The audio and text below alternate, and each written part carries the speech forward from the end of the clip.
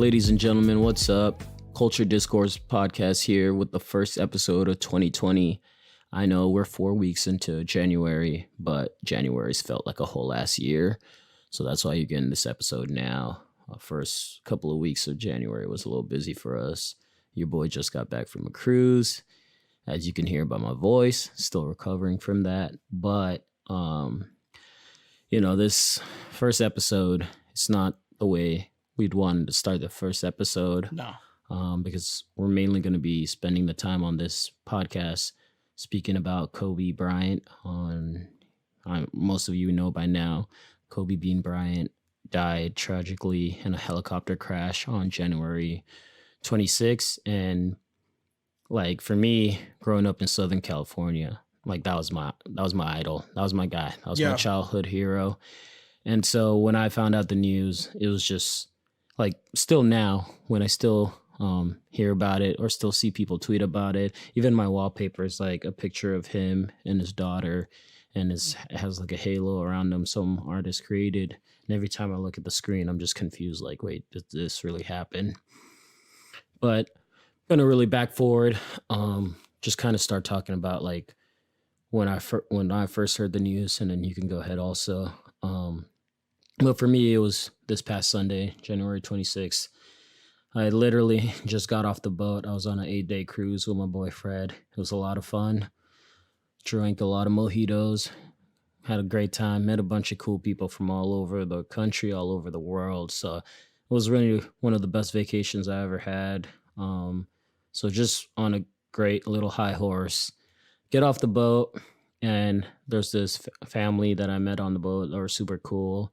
And they had a later flight like me. Originally, I was just planning to go to the airport, crash there for like 7 hours or whatever. And they're like, nah, hey, come with us. We're going to this hotel. It has like this pool, this bar area. We could get food, hang out there. It's nice. We're in Fort Lauderdale, nice weather. So they're like, yeah, I'll come with y'all. So we went out there, hung out there, got lunch. And it was really cool just kind of hanging out, catching up, getting to know them a little better. And literally, as we're leaving the hotel, walking out, pulling our luggage, we walk out the front door of the sliding doors of the hotel. We're sitting there waiting for a taxi, and I hear one of the like baggage boys say, "Hey, Kobe Bryant just died in a helicopter accident." And like I heard it, but I didn't like. I don't think I heard that correct. And so I didn't say anything. And then I heard him say it, and the guy he was talking to was like, wait, what? And he repeated it again. And so at that point, I just interrupted. I was like, wait, what'd you just say? He's like, yeah, TMZ just reported Kobe Bryant died in a helicopter accident. And the guy said it with like, just like, not like just this kind of straight face where it's like, are you joking right now or not?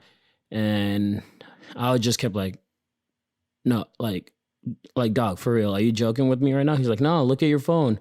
You could check and see. And at this point, my phone had been off. I had put my phone on airplane mode because after long story short, had a long night with my phone on me the whole time. I was just kind of like up till like 4 a.m. I never charged my phone. And then when I went to charge my phone, my charger wasn't working. So I basically got off the boat with like 15% battery. And so your boy was panicking. Yeah. Found someone with the charger at the hotel I could use a little, but it was a terrible charger, and I only got up to like 20%. So I had basically been saving my battery as much as possible because it had my boarding pass, and then, in case I needed to order Uber and all that stuff.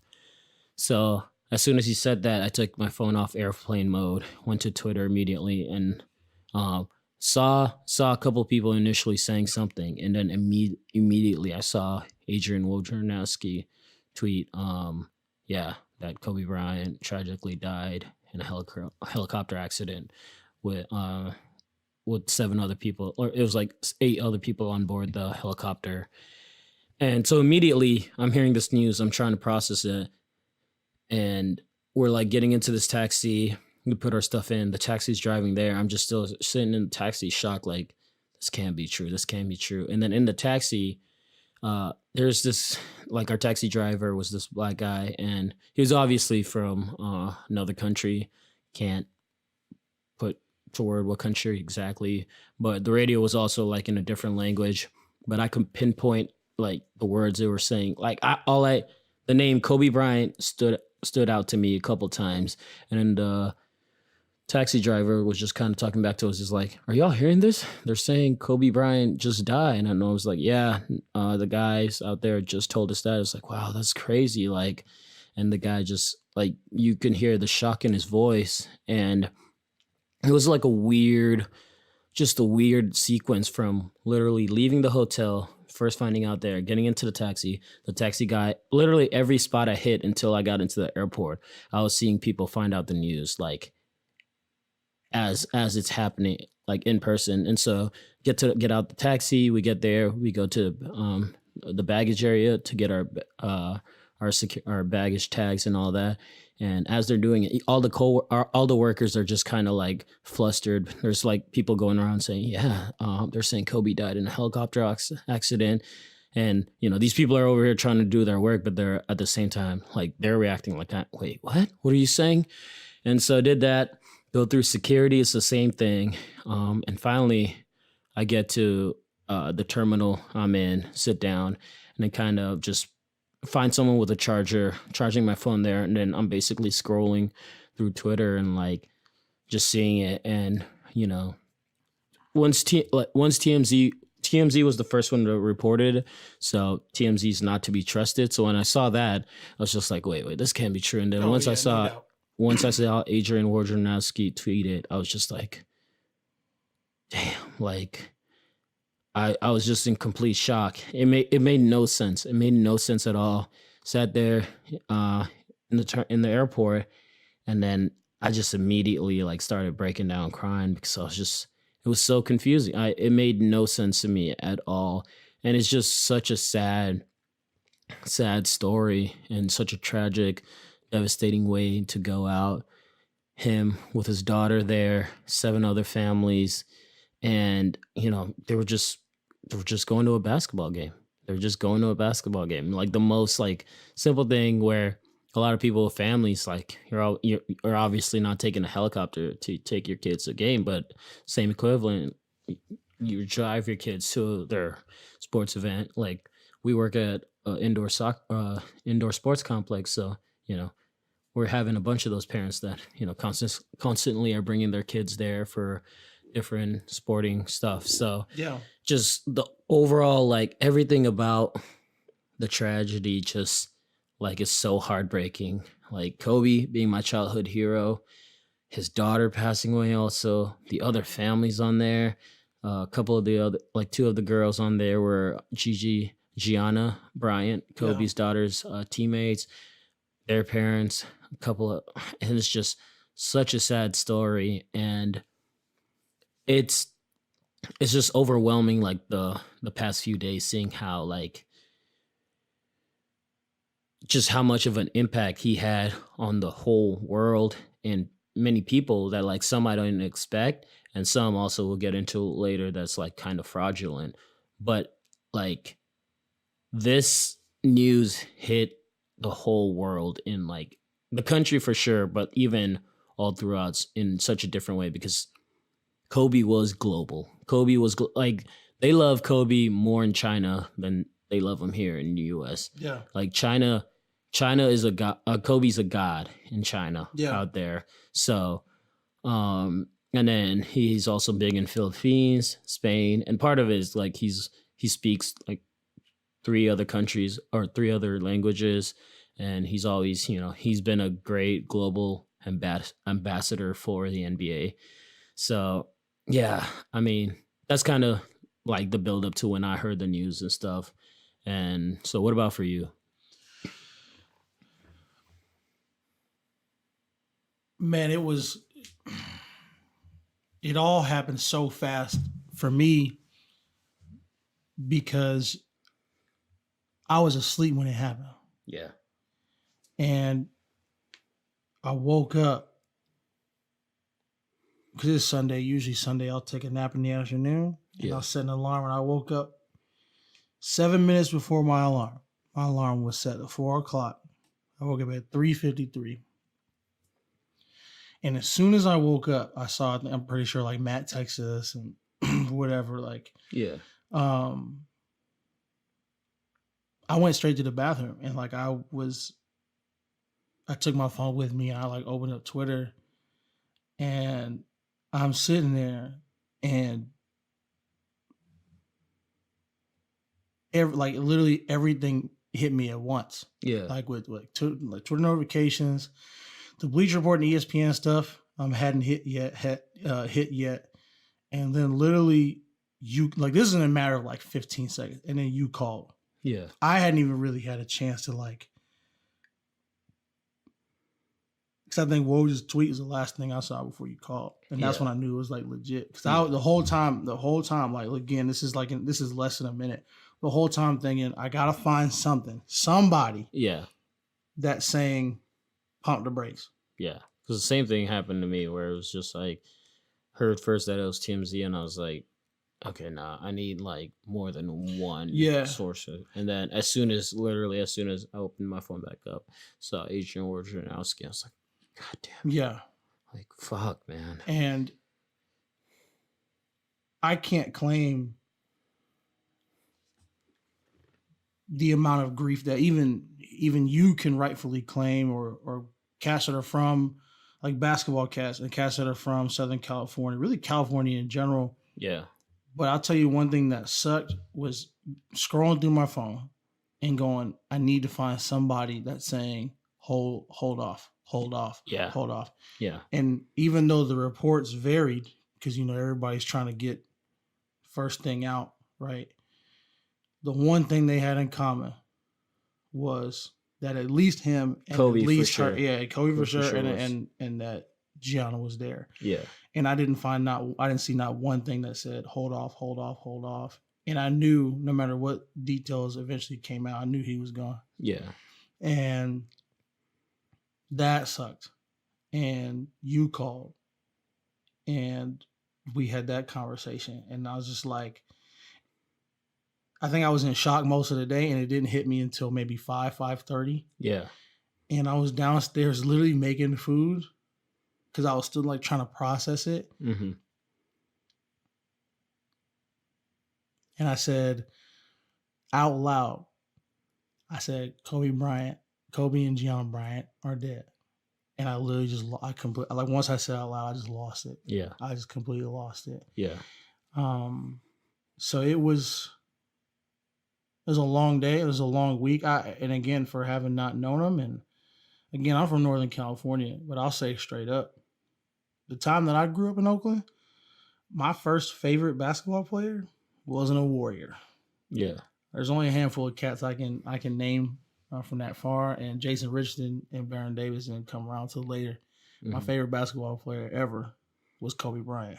Yeah.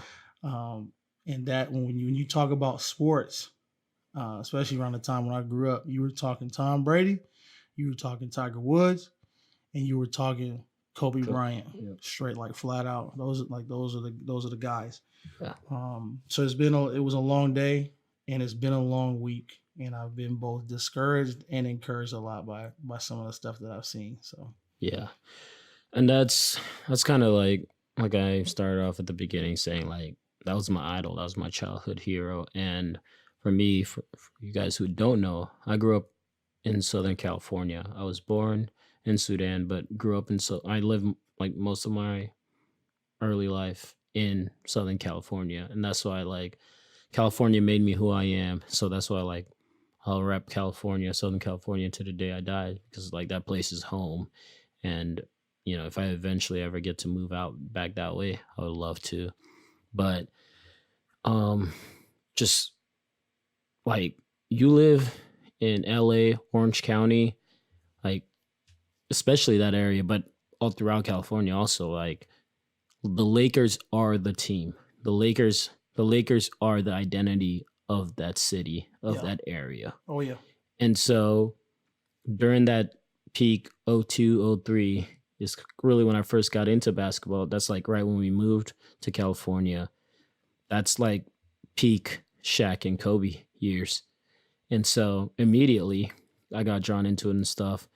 And Kobe was a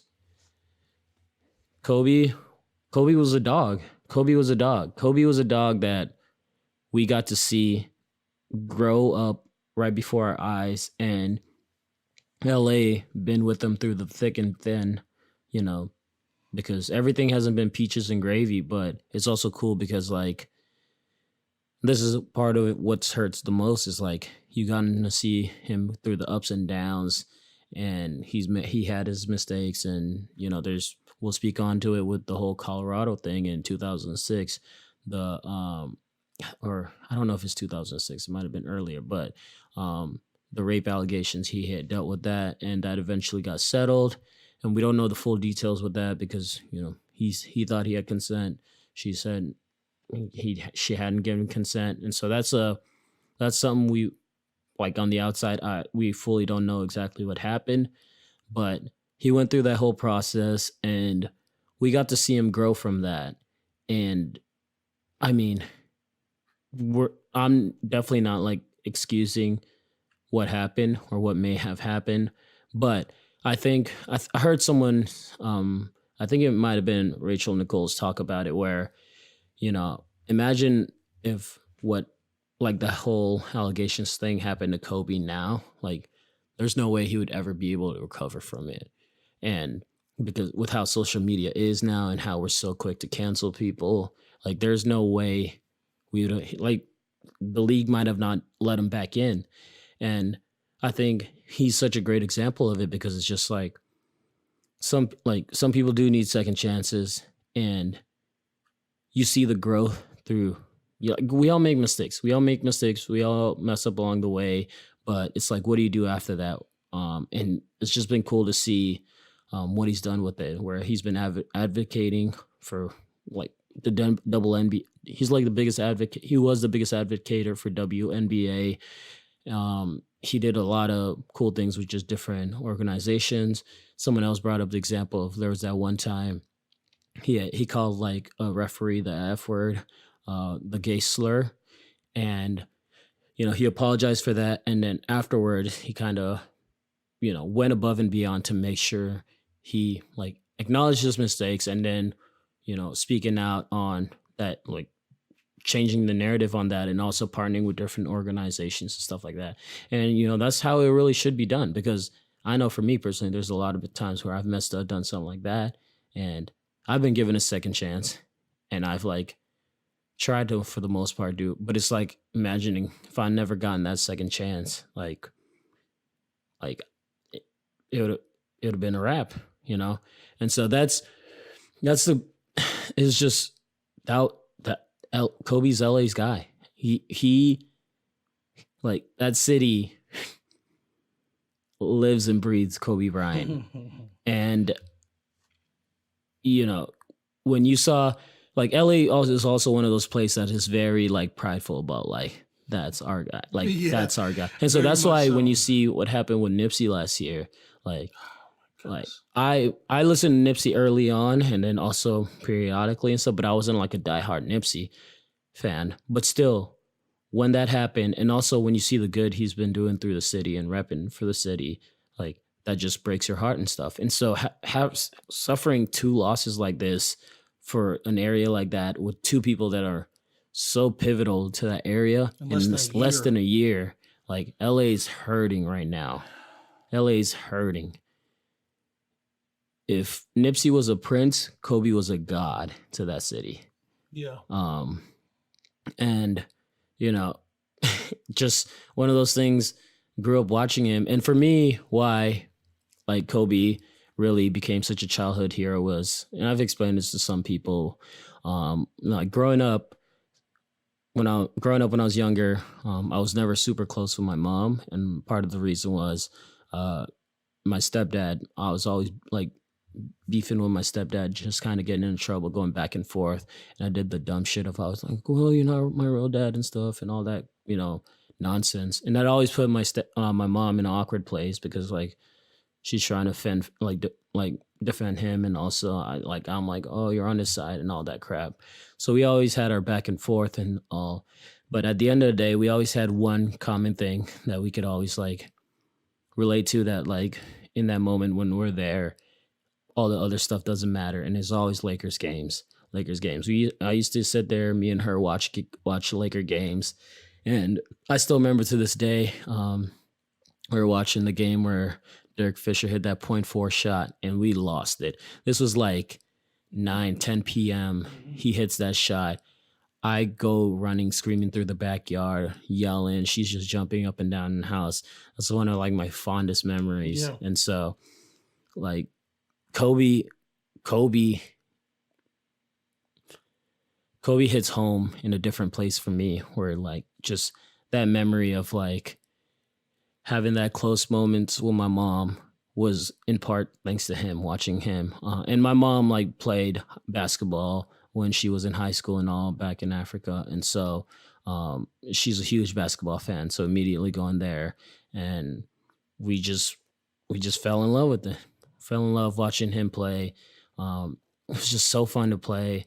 And even going from there, going to school, like in my whole time in when I lived in California, I never met one person I'm a Clippers fan. Like Clippers, the only reason you're a Clippers fan is like you got somebody that was a family member that played for Clippers, and even then, it's a stretch. I remember the first basketball game I ever went to was a Clippers game, and it was like with the Boys and Girls Club, because they had like gotten a bunch of free tickets because the Clippers were ass. And so we ended up going to the game. I think that was like while Baron Davis was still there. That was like right before he left. So it was cool, like getting to see Baron Davis and stuff, but we were still like cheering for the other team because of the Clippers. So, and that's just how it is in LA. Like there's only one team, and even now with how the Clippers are and all, like this, as sad as it is to say, this whole tragedy just reminds everyone like there's only one true team in LA, and it's the Lakers. And Kobe built the foundation of the past 20 years. LA got to see him grow from a kid. He literally came into the league 17, 18, retired when he was 38, 20 years in the league.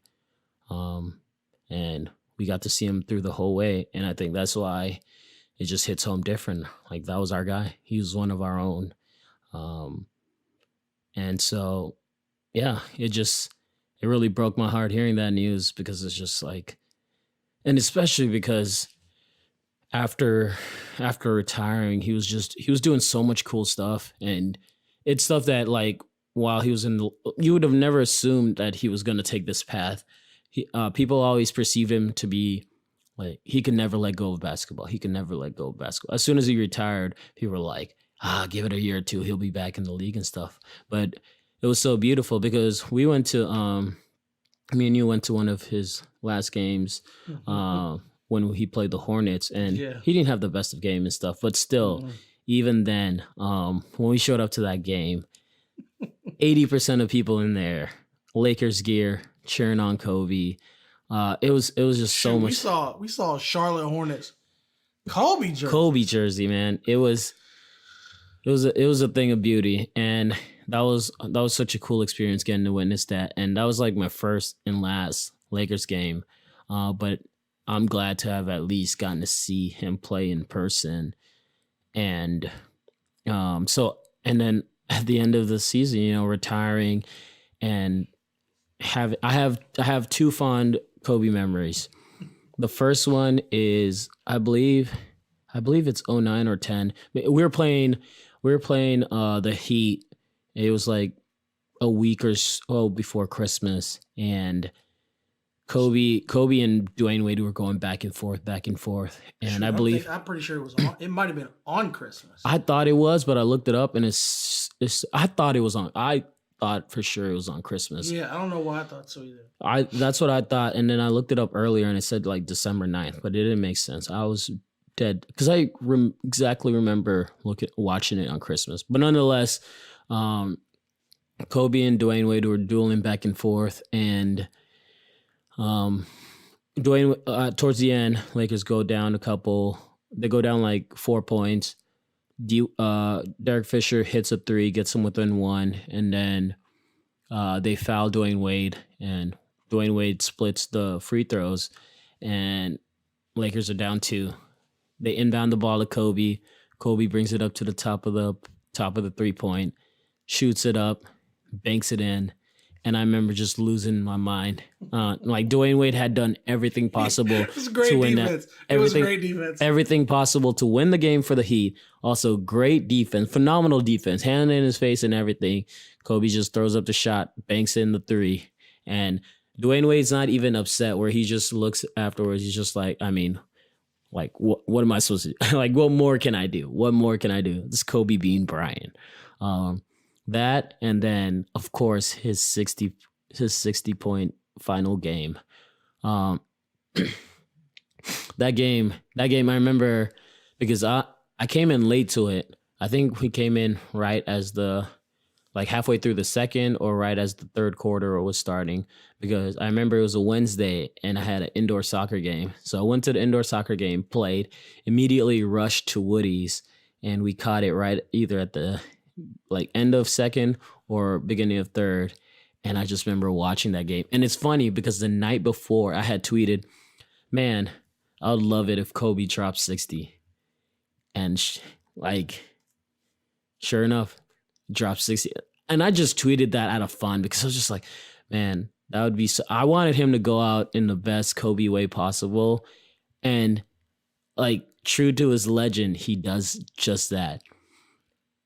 And people say, oh, he did it off of 50 shots and stuff. And it was like, one for one, that is Kobe. Kobe's going to get his shots up and stuff. And you can't assess Kobe's game with this current NBA league, because this league is way more into analytics, efficiency, and all that BS. But for when Kobe was playing, that was working. That was working. And now I will, because this is not really what we're going to talk about tonight. I'll say this and I'll just be done with this. You cannot compare two players that played in different eras. Kobe is a unique animal because he played in the two that are most pitted against each other. Yeah. And was a beast in both of them. And you can't, because and this is why people, and I think there's a happy medium between analytics and the eye test. But when it came to the eye test, Kobe checked all the boxes. It's like Iverson. Yeah. He just checked all the boxes. There was no sheet of paper that if you watched the game, there was no sheet of paper that said, I'll go with somebody else. Yeah. There wasn't a sheet. There wasn't an Excel spreadsheet that was going to talk you out of Kobe Bryant. And yeah, when you talk about a guy that dominated in both the eras that he played in, you talking about Kobe. And one of the biggest things Kobe fans have, that made me kind of upset now, or not even made me upset, but one of the main reason Kobe fans go defend Kobe so hard was because for the longest time he received crap for, this dude thinks he's the next Jordan, or this dude is a copycat of Jordan.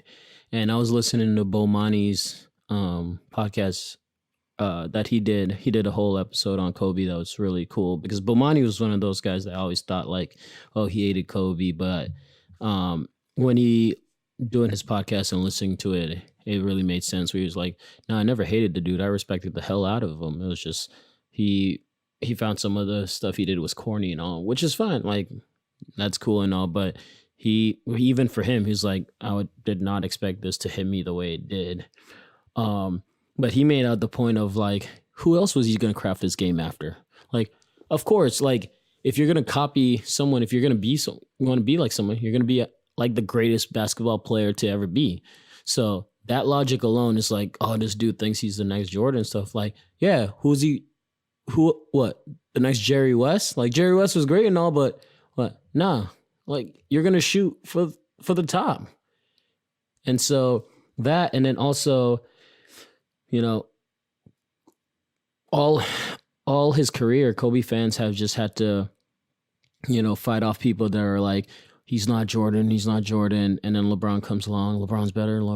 And our whole point the whole time is why are you diminishing what he's done to raise player A or player B. Like, all he ever was to us was Kobe.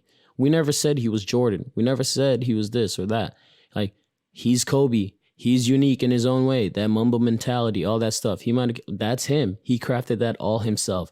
He took Jordan's game and then made it his own game out of it. He made his own unique identity of that. He took the framework of Jordan's game and then created his own natural game. And like, why can you not just respect that?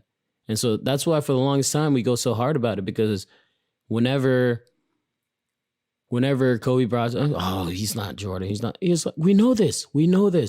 Like, that's such a dumbass argument. And so that's why that's why Kobe fans go as hard as they do. That's our guy. We got to protect his legacy. And it's just sad to see, like, it's cool to see all the recognitions now, but it's like, it's one of those things, like, I know Kobe knows the legacy he's built, but I don't know if he knows it to this extent. And so it's just one of those, it's like, man, it'd be cool if he gotten to see this while he was alive. Because there's still dudes trashing him left and right 3-4 years after he's retired and all, for basketball careers and all that.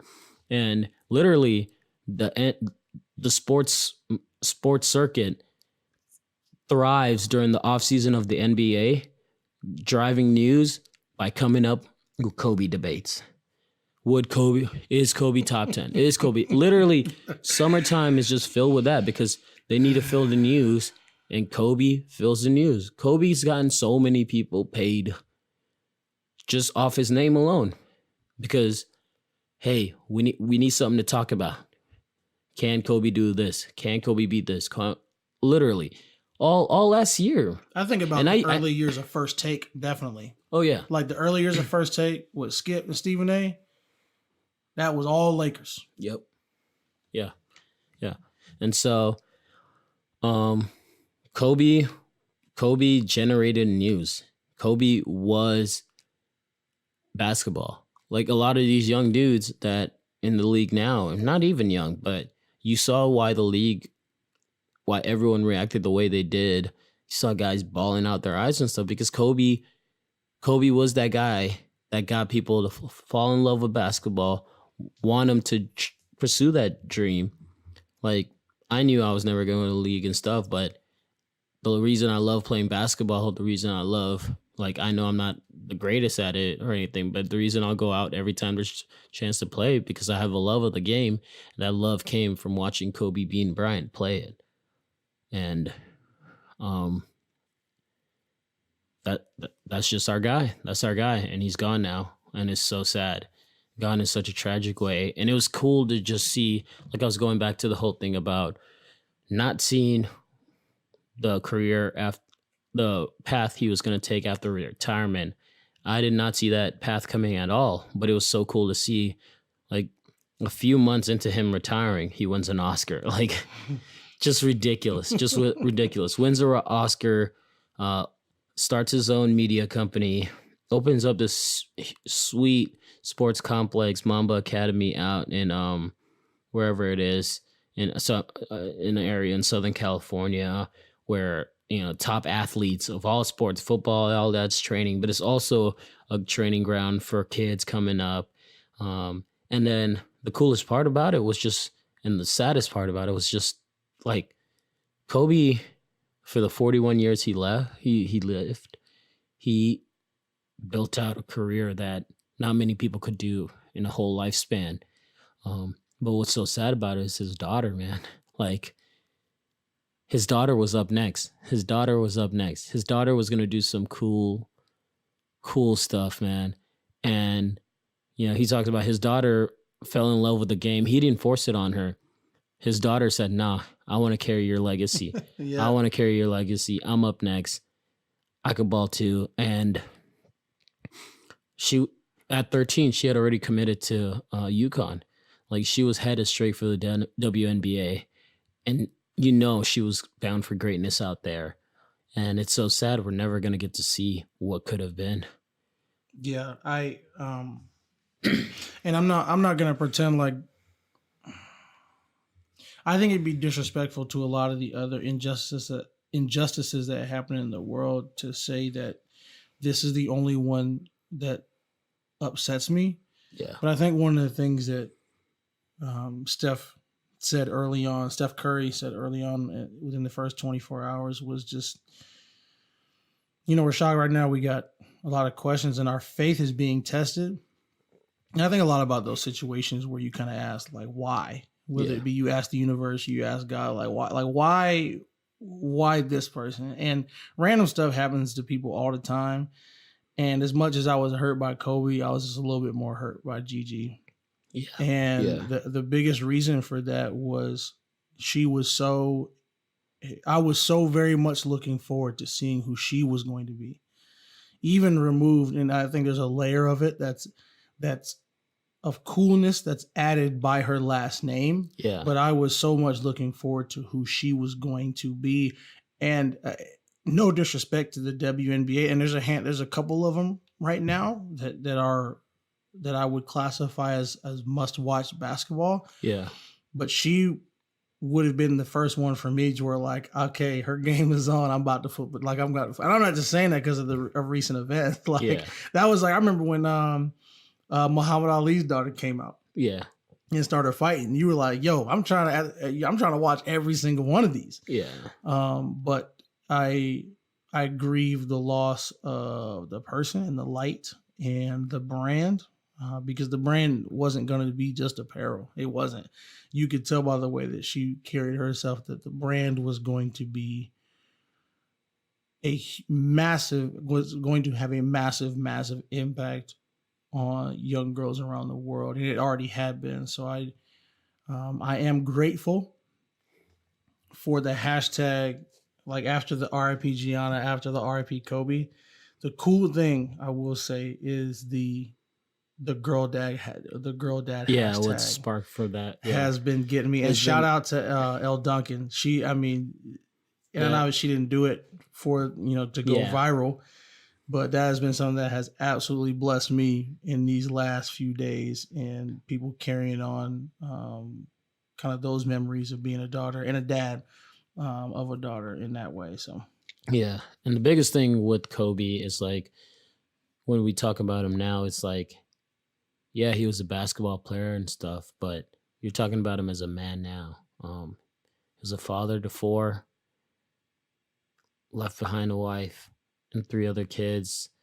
And, he was one of those dudes, he enjoyed, like I said, I wasn't sure how he was going to take retirement and all, but it was so cool to see, like, once he was done with basketball, he was like, I'm done. There's some dudes that still hold on for so long. He was so content being a husband and a father. Dude, he was so content. Really cool. You see all the different videos of, he's just got his kids strapped to his front, like in front of him, kind of dancing with them.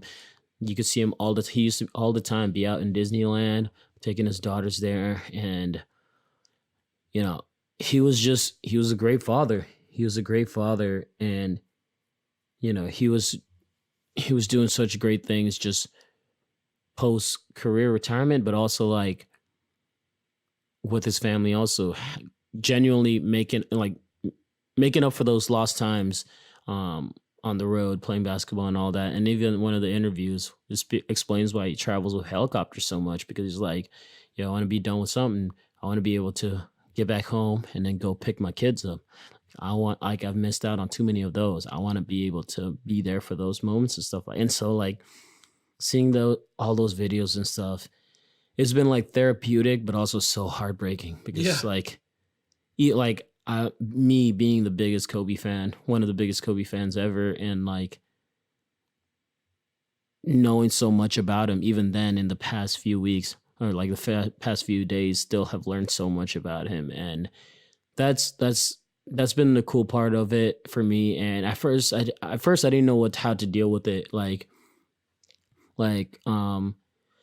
that Sunday when I found out about it, just broke down in the airport, and I was just kind of trying to sleep and was, like, struggling to sleep and all. And it was really cool because I, by coincidence, ran into this other group that are from Kansas City that were on the cruise, and it was like randomly they were in our terminal, and their flight was leaving after mine. There was this lady I was meeting there. She was probably like the same age as my mom, and she was just kind of like, I was surprised to see her, and so kind of went and sat next to her, talked, and that was really cool because it just kind of like helped get my mind off of it and like help relax me. Because the other like terrifying thing about the news when I found it was like, I'm about to get on a plane in a few hours, and you know, your mind starts playing tricks on you, and you just start like, I was so paranoid going, like that was one of the most terrifying flights I've flown, and it was just solely because like that. You just hear, you, anything could happen. Anything could happen. Like Kawhi came out earlier today and was like, yeah, I've flown with that pilot before. He's great. He knows what he's doing. And so it's one of those things. It's just like, things happen. It's not like the pilot intentionally crashed that, there's just some things, it's out of our nature that we can control. And so finding that news out and then a few hours later having to fly, like the whole time I'm just like trying to like remember to breathe on that plane. And even towards the end, like towards we got closer to Raleigh, we hit some turbulence, and my God, like that was deathly terrifying. I was just like basically almost having a panic attack on the plane there, but I was just trying to keep my cool. And it's also harder when you're flying by yourself because you don't even have anyone to like talk to and just like, yo, it's all good and all. And so I'm just over here like wearing my sunglasses so I don't like break down again. But that whole day was just one of the worst days ever. And got home that night and I kind of just like deleted Twitter and all that just because I didn't need to see all that at that moment. It was just too much. And then the next morning I kind of just woke up, opened it, started looking at it again. And then once you see all like the stuff from the players and all the people start just kind of like Shaq, all those guys it just broke my heart so much. And I lost it. I couldn't and every morning this week when I've woken up, I kind of just look at my phone for like, as I check Twitter, like normally first thing you see something about it. And it's still just every time I see it, it seems like the news is dropping for the first time. Bro, it's so weird. It's so weird. I was Bleacher Report today talking about, various writers talking to, remember, and I'm like, yo, what? Like, I don't know what it is because every time we see a famous person like in the news who's passed away, I don't know what it is because again, like I know I can understand it for you, yeah, because there's connection there, but this is probably the celebrity or athlete that has affected me the most. And I think what's different about this one is also where like all the other ones, it's usually like a drug overdose or something like that, or like die of old age. But this was like the most a helicopter crash. Most devastating of thing. It was not just him. It was 8 other people on there, families on there, his daughter on there. It was just like the whole, hey, how can I what's the worst like terrible thing I could like concoct right now? And it was just all that like and that was the other like terrible thing about Sunday was just because like you started to find out news layer by layer. First you hear a helicopter crash, then you hear Kobe was on it, then you hear there was 8 other people on it, then you hear his daughter was one of those other 8 people, and then the news keeps coming, going and on. And I think that's why I just kept like I broke down so much. I was literally sitting in this terminal full, bunch of people there, and like I'm the type where I'm not gonna be crying in public, or I hardly cry and stuff, but like it just got to me so much. I'm just sitting there bawling, and it was so sad. I was just like, what the, like, this makes no sense. Like, why? And that is like one of those things we talk, and those times where you just question things, where you're just like, what's going on? Like, this just doesn't add up. And I'm still like struggling with that, where it's just, this does not add up. This makes no sense. And it's still one of those things every day when I've woken up, it's still, wait, he's really gone. I remember Monday night, ESPN was re-airing his 60-point final farewell game. And on the bottom scroll, every time, like, it kept saying, LA Laker legend dead at 41. And every time I saw that, it's just like, it felt like the news was breaking every time. It's so weird. It's I struggled with it also the first day because I was like, did I like, am I overreacting? But the cool thing I saw, Tony Reale tweeted this, and I really, really appreciate it because it made me feel better because it's just like, one, I know I'm not alone in the way I'm feeling, and it also makes sense. And he tweeted, "It's okay to be on Kobe Bryant and grief. It's okay to be affected by the passing of someone you didn't know personally. Part of you can pass too. To be affected by loss is compassion, and it's more in its most pure form to suffer with, quite literally. And in that way, we carry all we have lost. And in that way, we carry all we have lost." So yeah, reading that is just kind of, because it is really, like you said, part of you can pass too, and I think that's really what hit home for me, because like Kobe's been a huge part of like my life and sports, and just even the mindset I have, like the whole Mamba mentality. As cheesy as it may sound, but that's like how I've gotten to be like, I'm not gonna get bullied around or stuff like that, or like, growing up as a skinny kid and all, there's got teased all the time being a kid from Africa, got teased all about him, but all that stuff, but kind of toughening up in that stage of just like, nah, you're not gonna punk me and all. I think the biggest thing for me from Kobe was always just like, I appreciated his mentality and stuff, because it's just like, I wish I had some of that, because it was just like, there was nothing that dude could not conquer. You could tell him no a million times, but it's just like, now I'm gonna go out there, I'm gonna do it, I'm gonna beat you, and I'm gonna let you know afterwards that I beat you. And it was just so gangster. It was so LA. It was so LA. Like, conquer, like, dead set on whatever he's gonna do, he's gonna do it. And that's why the thing is, like, you can never count him out. You can never count him out. And he's just such a genius dude. And we really saw it. We knew the basketball genius of it, but we saw it correlate to afterlife with all the stuff he was getting into. Like, it's just, dude won an Oscar a few months after retiring. And as soon as I saw him do that, I was like, yeah, he good. He good. He gonna be all right. He gonna be all right. I just now remembered what is my favorite Kobe Bryant memory. What's that? And I couldn't tell you what All-Star game it was. And I didn't understand the significance of it until it was repeated to me from the standpoint of why I do not like Kobe Bryant. And when I say I mean the person that I was talking to. It might have been his second year, because he was an all-star starter in his second year in the league. Yeah. 18 years old. To put that out there. He's at the top of the key dribbling the ball, and none other than Karl Malone comes up to set a screen for him. You know what Kobe does? Waves him off. Waves him off, yep. And the reason wasn't he going against Jordan? I'm pretty sure. Yeah.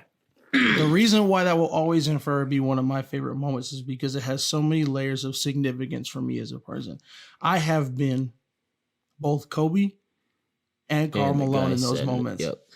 Because was Kobe saying outright, I don't need Karl Malone? No. He was just singularly focused on the thing that was in front of him. Yeah. And he was confident enough in his own ability to achieve what it was that he was trying to achieve. And Karl Malone was like super offended by that. Yeah. I've also been Karl Malone. Yeah. Where there's this person that's younger than you or has less experience than you, and you come up and you insert yourself into their moment. You insert yourself into their moment. You butt in thinking, you need me, even and it might be anywhere from in between. You need me to good intention. Person, I'm going to help this person. Yeah. And it could be completely well intentioned. Yeah, it could be on either side of the spectrum. Either way, there's pride involved there, and you try to insert yourself into this person's moment, and obviously in basketball it's different. But life doesn't always require you to help. And it is crazy. And I'm reminded of it. I've been reminded of it a lot in this last week because not everybody needs advice. Not everybody needs a screen set for them. Yeah. And sometimes when a young person is on his way to being something great, it's perfectly acceptable to offer your help, but sometimes it's even better to stand back and just watch them do it. Yeah. And I've been reminded of that so much this week. You know, we work with kids, and sometimes you got to sit a kid down and talk to him. Sometimes you just gotta go let him make his mistake or let him be great. Let him learn, yeah. Yeah, let him be great or let him like crash and burn.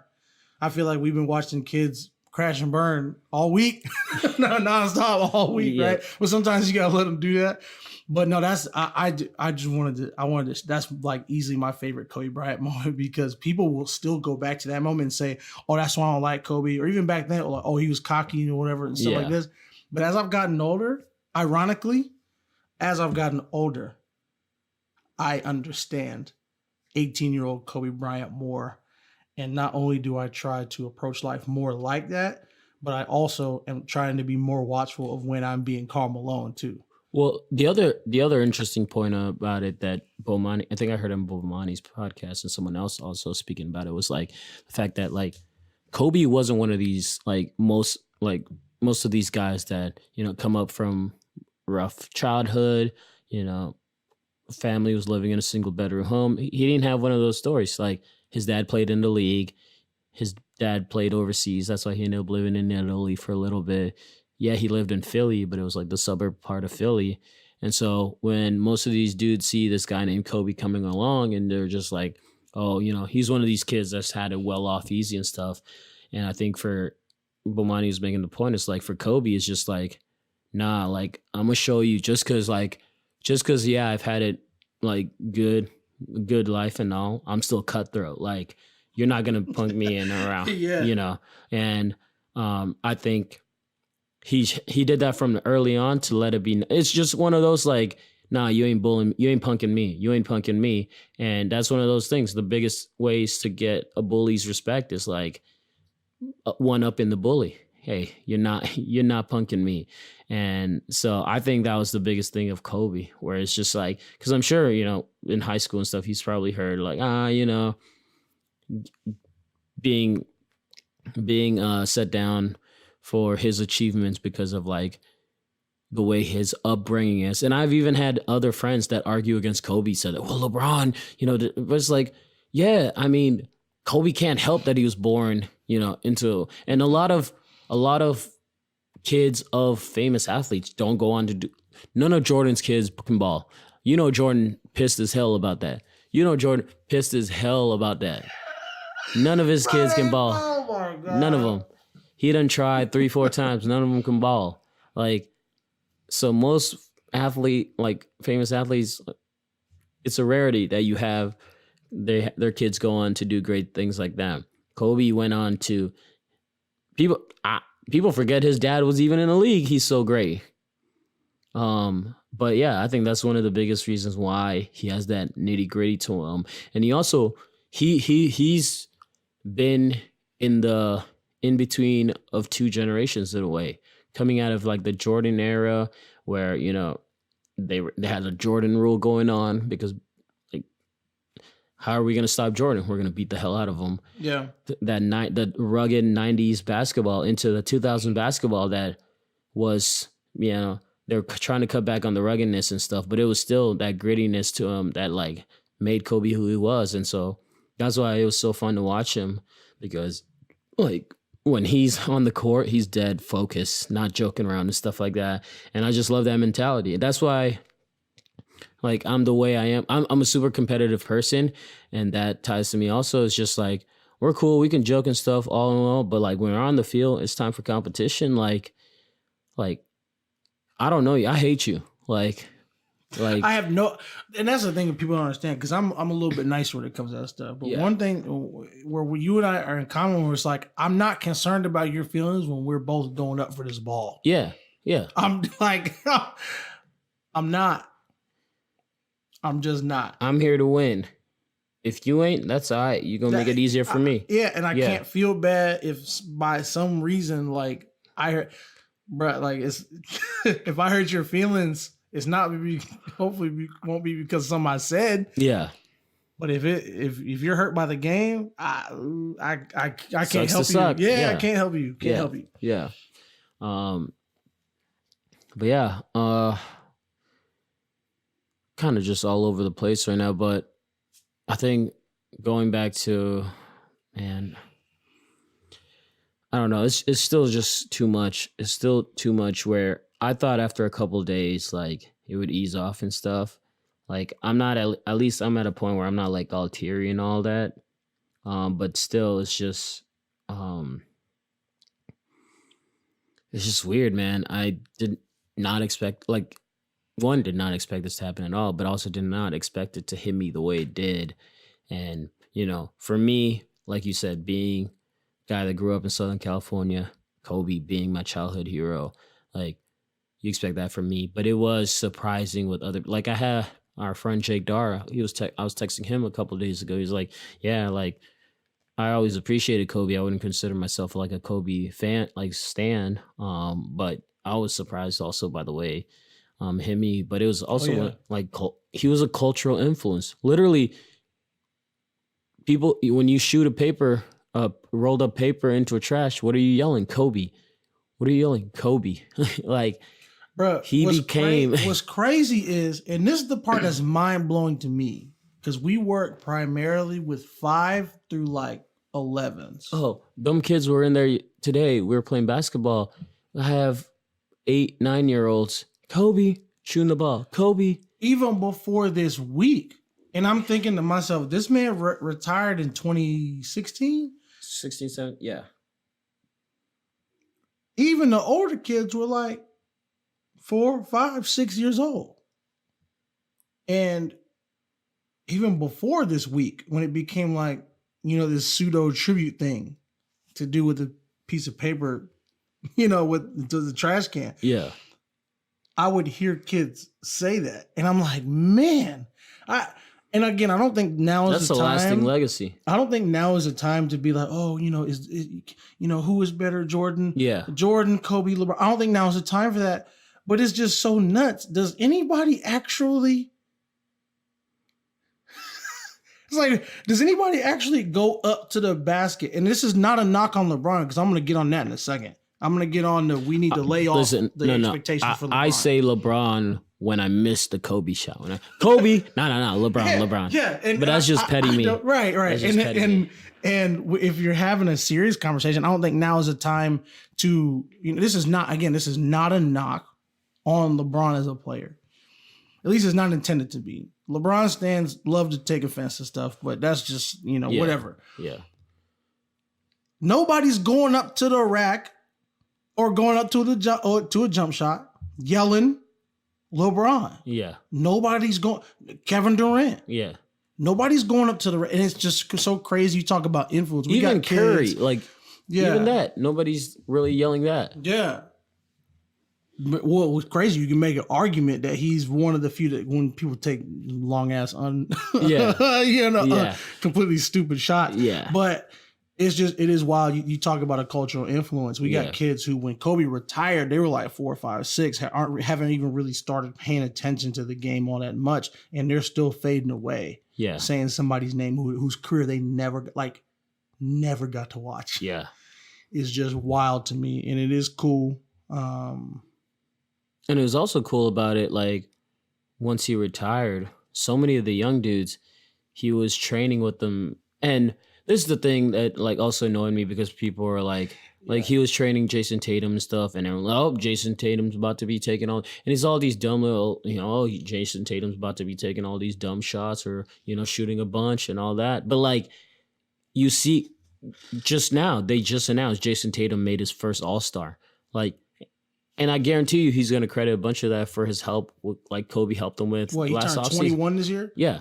Like, there's so many dudes. As soon as the news had dropped also that whole day, I was just thinking of, like, one, like, his wife, obviously, and the family, like, just how devastated they are by that news. But I was also thinking of, like, some of the players I know that, like, loved him and like looked up to him, and like because Brooklyn was supposed to play the Knicks that night, I think, and they tweeted something like Kyrie was at MSG when he found out the news, and he immediately left, and my heart just broke because I know Kyrie, if not LeBron, even I think before LeBron, Kyrie's like the person that was like the most closest to Kobe in the league right now. It's like him and LeBron 1A, 1-2, 1B. So as soon as I was just thinking of those guys, and those guys that like I looked up to him and all, but like the guys that are actually like, training with him, all this, like that's your idol. And he's now helping you in your career, like training with you and stuff. And the cool thing about it was whenever you found out someone was training with Kobe and stuff, like it wasn't like Kobe going posting this and stuff. It was those dudes coming out later and talking about it. It was like, yeah, I got to and like there was the excitement with that. And the cool thing about it was like, because I don't know, but I'm just speaking about it. I don't think Jordan was doing that much after he retired. Jordan wasn't trying to mentor anybody. Jordan, that's the thing with Jordan, and that's the difference. No disrespect. I still think he's the greatest player all the time. He wasn't trying to mentor anybody. Jordan wasn't trying to mentor anyone, and it's cool to see how like, and you saw it towards the end of his career where I think Kobe hit like one of those like, and it's just in gradual growth, and that's the biggest thing I keep saying about it, is just seeing how his natural transition through growth, where he was, that young, hard-headed kid. I got to prove myself. And in the middle of the career, he was just, out here balling and all. But he always had that, tough, rugged edge to him. Like, you're not going to faze me. And then towards the end, he kind of softened up more. And you saw him kind of joking more on the floor and stuff like that. Not joking, but he's more like, not as like just, I don't know how to describe, but he's more like very open to, just kind of interacting with players in ways that he usually didn't. Yeah. And I think that was all part of him just kind of recognizing, on his way out, just letting these dudes in a little, because one, they showed the love they have for him, and also it's just like, that he doesn't need to do this anymore. And so it's cool seeing how he transitioned into that, just mentoring a bunch of these young dudes. And that's why I think it hit so much different, because he had so many young guys like Devin Booker, James Harden, Russell Westbrook. The list goes on and on. All these dudes that looked up to him, that loved him. And it sucks. It sucks so much. And his legacy is definitely going to live on forever.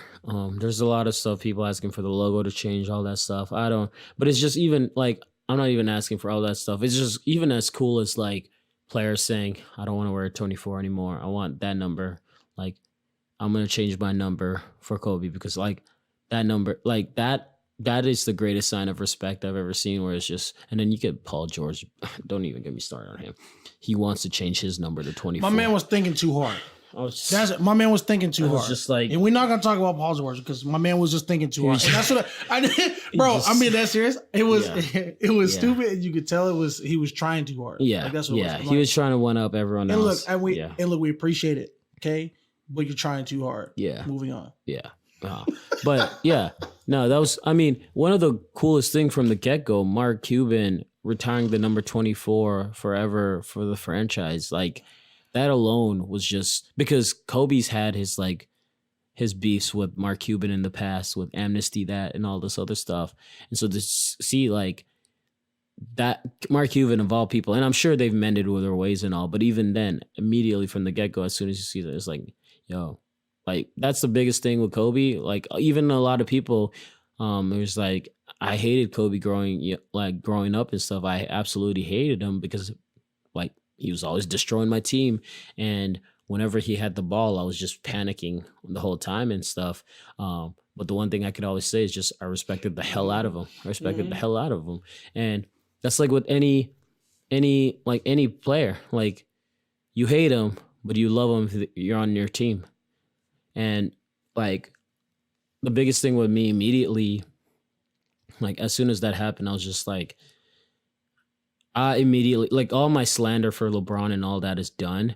And I still feel some type of way about his game and all that, but it's just one of those. It's just like, man, like all this is stupid. All this is stupid. All this is stupid at the end of the day, because like we spend so much time debating who's better. It's just like, why not just respect the greatness you're watching then? Like right now, what you're watching. For some reason, they can't. We just have to debate some. We just have to, and I understand and that's haters and stands. Yeah. They both like, why can't you just enjoy what you're watching? Yeah, and those like people get paid money to make those discussions and stuff. I'm sure. Give it a couple months, we'll be right back into, you know, if the Lakers end up winning the championship, they're gonna ask some dumbass question like, is LeBron the top 3 Laker of all time, or some ridiculous. Like, we're gonna get into those dumb discussions, so sure enough. But I think sometimes it's just we take ourselves a little too serious in those, and it's just like, take a step back. Like, sports has such a influential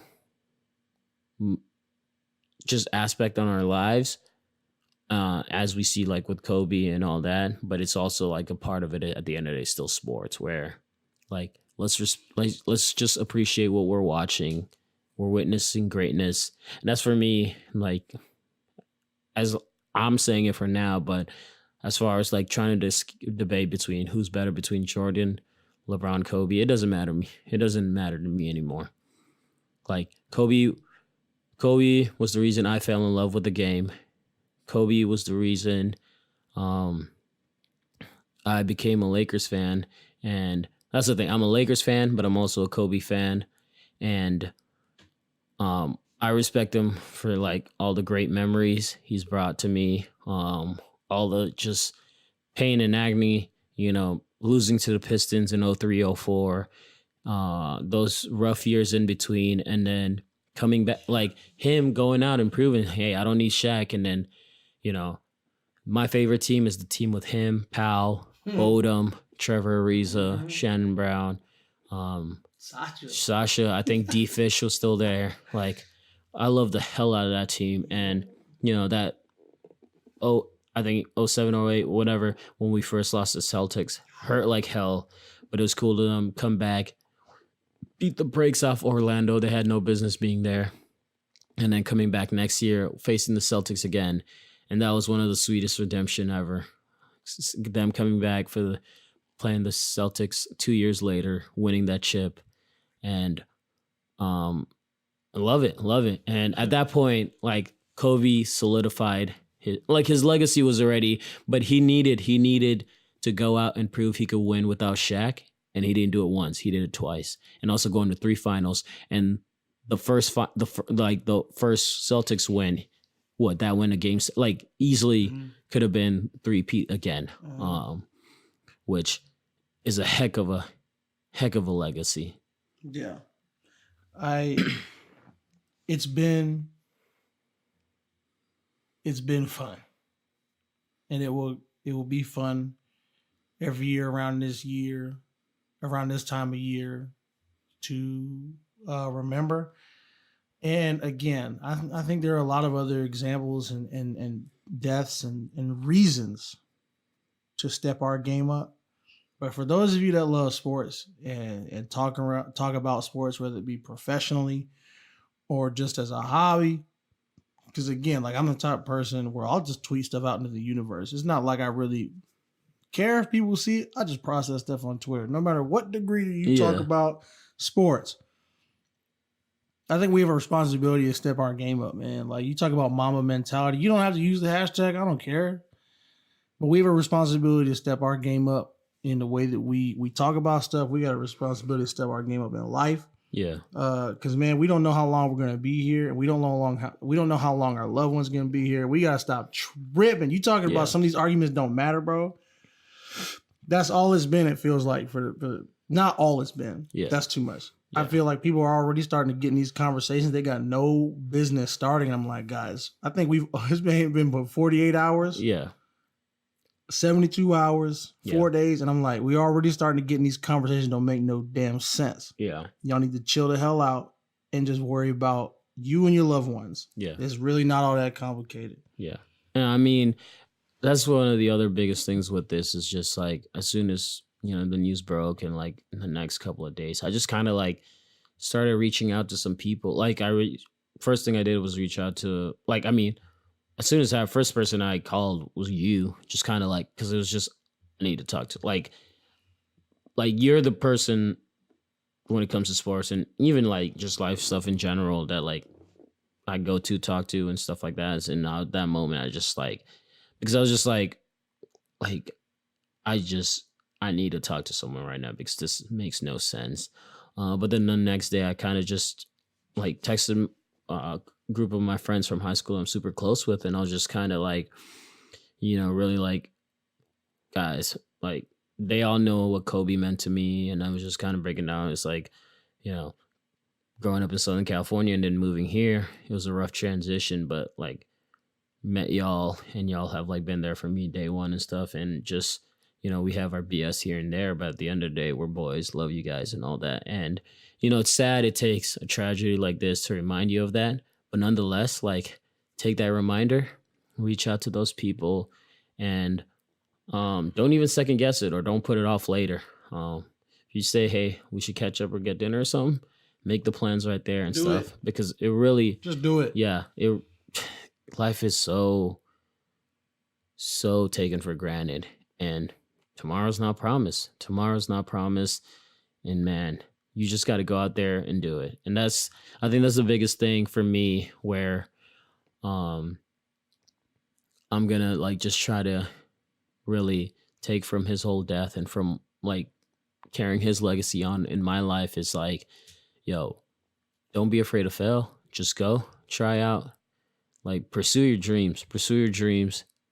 Really go out there. And the biggest thing with him is curiosity. He was just always curious, like, how does this do? Like, how does it, like, learn and then kind of go and try to do it on your own. And I just want to do it in that power. I got a lot of stuff I want to try. I'm not meant for a 9 to 5. I'm trying to do a 9 to 5 all my life. Yeah. I want to make things happen. Gonna make it happen. And it's just simple stuff like learning Spanish. I got to get better about that. I hit waves of like doing it, but I go to too many places where they speak Spanish and I BS my way through, and then they start speaking back to me, and I'm like, oh, that happened to me in San Juan. Like, got in a Lyft driver, asked her what her name is, sparked up a little conversation, and then she hit me back with a 5-piece Supreme. And she was like, oh, my man speaks Spanish. Yeah. She said, come on. I was like, all right, this is the part I tell you. There's beginner, and then there's me. Yeah, I'm right there right now, shawty. But, maybe if I see you in a year or so, maybe I could add 10 more words to the vocab. But that's literally me at Excel when I'm there for rentals. Yeah. Because I'll ask him, and my accent is solid. Because my accent, I developed my accent in California, bro. So I'll say something, and it almost gets me in trouble because these cats think I speak Spanish. And I'm like, and they'll hit me. Yeah, you talking about 5-6 piece. I'm like, look, listen. Yeah. All I gotta stop. I ain't trying to be rude, but all I asked you was how many cups does y'all need? Yep, exactly. But yeah, man, if Kobe meant that much to you, or if even his death affected you in any way, I think there's something to be taken from it. I mean, the simplest one is just, like, forget all the pity bullshit. There's so much pity bullshit that's going on that, like, and I know I'm notorious at it because I'm just a very, like, prideful person, and I have a tendency to hold on to stuff. But, any of that, just, like, let it go, make up. Even if you're wrong, just, like, that person may not have to say anything back, but as long as, like, that you've, like, gotten a peace of mind out of it, that's all that matters. And because I don't want it vice versa, where, like, something happens to that person, I'm just like, man, I've always wanted to make up with this person, and I never got the chance to. I never want to say I never got to do this because of that. And, like, even before this, like, towards the end of 2019, me and you were talking about the similar stuff. And so I've just kind of, like, going out there, conquering, doing things, living life. That's why like people are like, how are you going on all these cruises and stuff?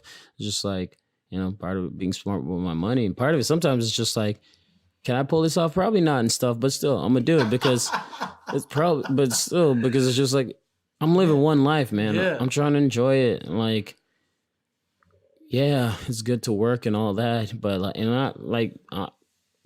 I'm not trying to be egotistic. I'm one of the hardest working people you'll meet, but like, and that for the longest time, that was used to, I just work, grind. But finally, it's just like, yo, you need to have a steady balance of like where you're working, but also like having time off to just relax. And like this cruise did wonders for me, where it just helped me, unwind, really have a good time and take my mind off some stuff. And it was like the worst news to come back to. And it's kind of thrown me off as being back to here. Like, because like legit all Sunday and all Monday, I just felt sick to my, it was just one of those, it's just weird feeling I've never experienced before. And that's one of those things because I've never experienced like a close family death or a close friend.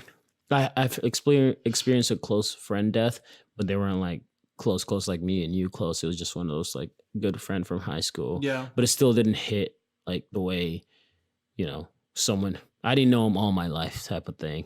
And that's kind of, I didn't know Kobe all my life, but he's been part of my whole life. And so it just hit different. And, am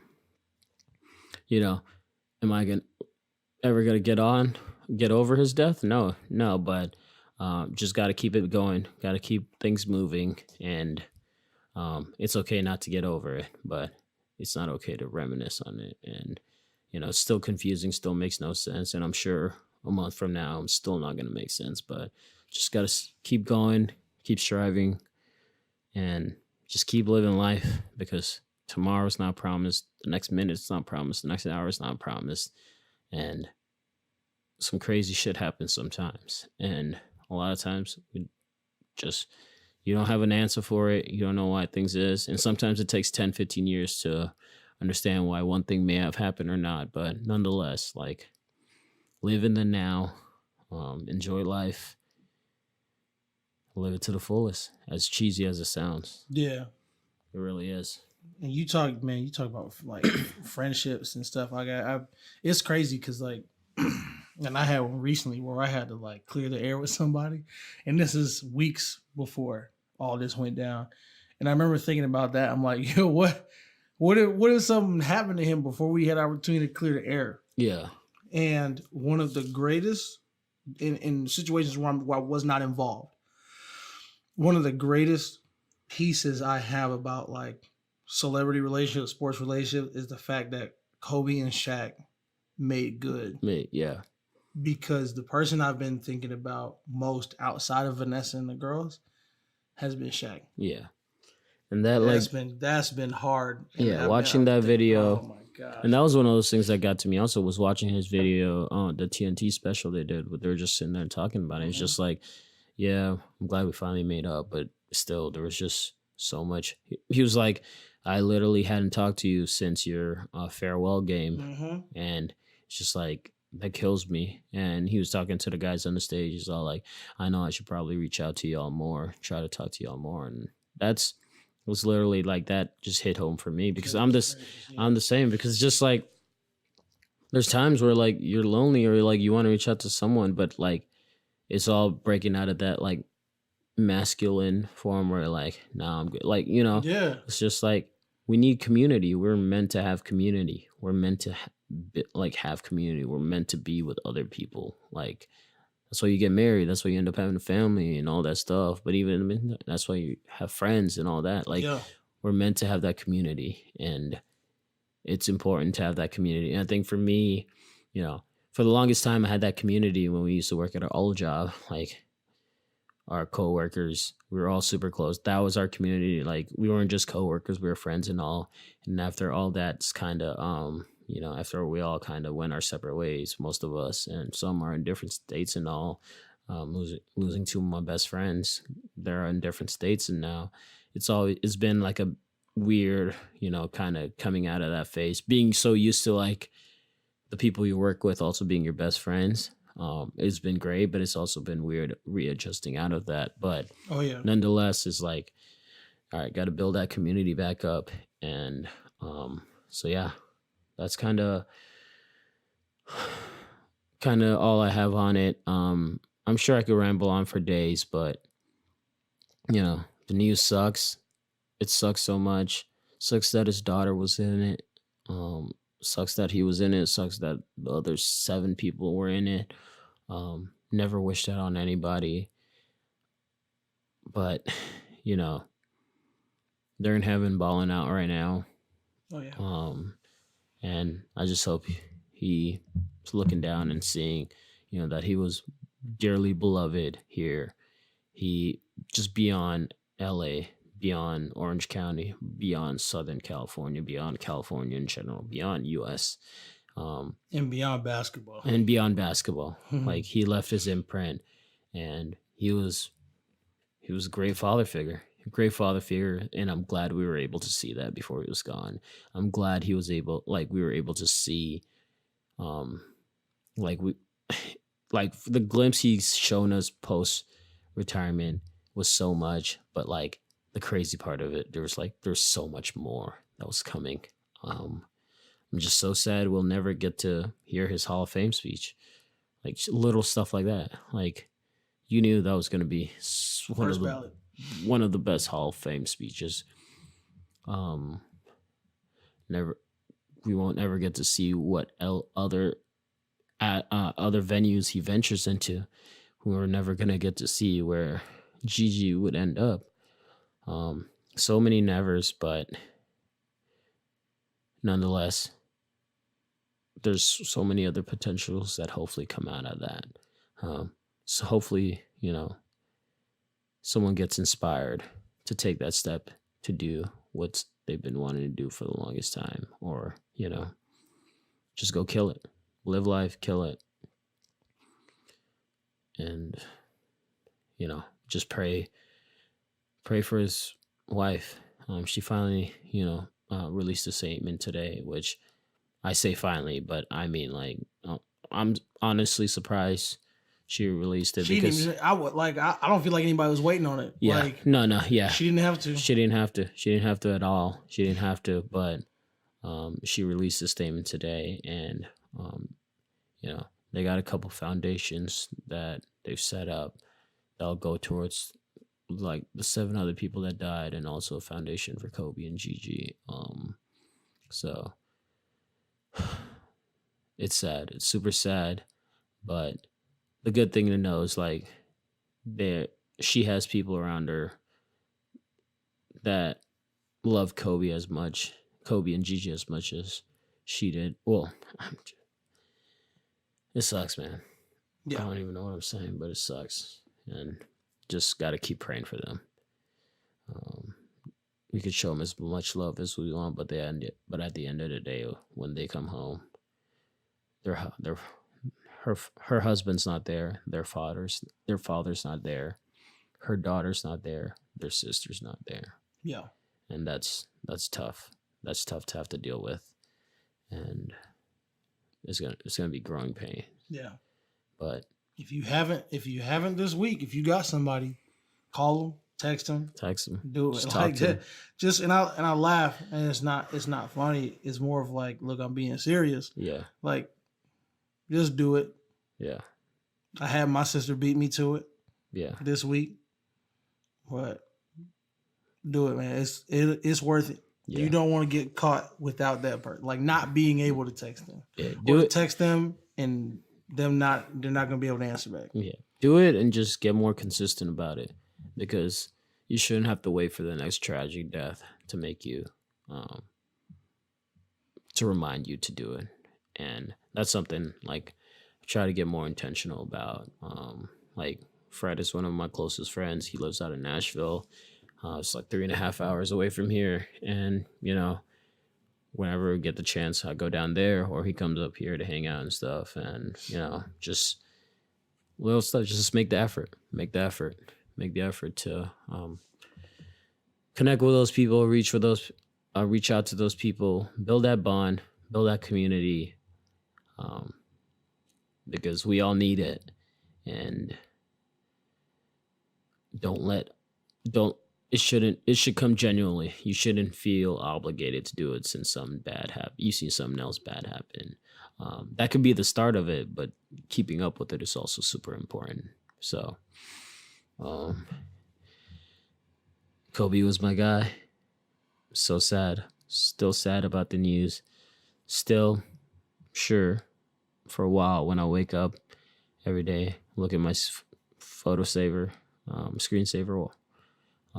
going to be confused whenever I see still, when he gets honored in the Super Bowl, when he gets honored at the All-Star game, when he gets honored, wherever he gets honored, it's still going to hit different. It's still not going to make sense, but, it's okay because it doesn't have to. But, just got to keep moving, keep going on, and, keep his legacy on. And, because his legacy went beyond basketball. His legacy went way beyond basketball. He just showed us, he showed us the growth of a man, through your mistakes, how you can bounce back from that, how you can learn from your mistakes, and how, if you got big dreams, just go out and conquer them. And so I'll kind of leave it with that on my end. Yeah, no, I don't have a ton. Most of what I wanted to say has been said. Again, I say reach out to that person, man. And I think it's okay to not be okay with those 9 people going. Yeah. Like it's okay to not be okay. Like, or I'll say this, it's okay to not be okay with it. One of the reasons why I got rid of Twitter, Instagram, Facebook, part of it was I just didn't need to see all the headlines. Yeah. I didn't need to see all the stuff that people were saying. But part of it was because in one tweet, in really one swipe of the thumb, you'll be reading a story about Gigi and Kobe, and you'll go right on somebody reposting TikTok. Yeah. And we've talked about it multiple times in the podcast. Like that is easily one of the most unhealthy things that I can think of. Yeah. And I didn't want to get caught up. Yeah. Moving on from those 9 people with two inches of a swipe with my thumb. Yeah. I wanted to, and you talk about what Tony Realia was saying, that like, it's okay being a positive sign that it's not that we're not okay. Yeah. Is I wanted to be able to sit, not mope, not like wallow. But it's okay to sit in that pain for a little. Yeah. As long as you're not sitting in it the whole time. Yeah, but just sit in that pain. Yeah. And to be okay with the fact, oh shoot, like my blood's still pumping and that somebody dying that made an impact, that hurts. Yeah. So like it's okay to be that. Because that was Monday for me. Like Sunday, it was just the news dropped. And then it was kind of like being in a very public place where I broke out crying in the airport and stuff. But like even then still, I didn't have time to just kind of like be with my thoughts and stuff because there's so much going on. And even on the plane, I'm panicking because I'm just like super paranoid. Get home, I got like, just a couple errands and stuff I got to run and stuff. So it's just go while all this is just kind of swirling in my head. And then I wake up the next morning and you look at your phone and you're like, shit, that wasn't a dream. This actually happened. Yeah. And then as you're starting to, for me, like being on Twitter has for the most part helped because like early on, it really hurt just because it was just like, it was too much. It was just too much. But the past few days, it's helped a lot because it's just reading all the different stories about him, seeing all the different videos and stuff. It's just been like a good, soothing, like very therapeutic, helping kind of ease the pain and just really remembering him for what you loved about him most. And that goes both basketball and also, just him being a great father, him, being a great entrepreneur, all this different stuff, being a good, what all he was starting to do for the WNBA and all those different cool things. Yeah. And that's the biggest thing about it for me, I'll say, is, like I said, I've said 100 times now, that was our guy. That was my guy. That was LA's guy. And, that city is going to be hurting for a while. And I'd be surprised if in my lifetime I ever see someone become bigger for that city than what he was. Like his legacy is going to live on forever in that city, especially. And I'm cool. It's cool. It's going to be cool to see all the way they honor his legacy. And I'm excited for that. But yeah, love you, Kobe Bean. Sure, you and Gigi balling out there, getting buckets. We'll keep your legacy going on down here. Oh, yeah. Yes, sir. Culture Discourse Podcast. Thanks for listening. You can find us on Twitter at CDiscoursepod. We'll catch you guys next week.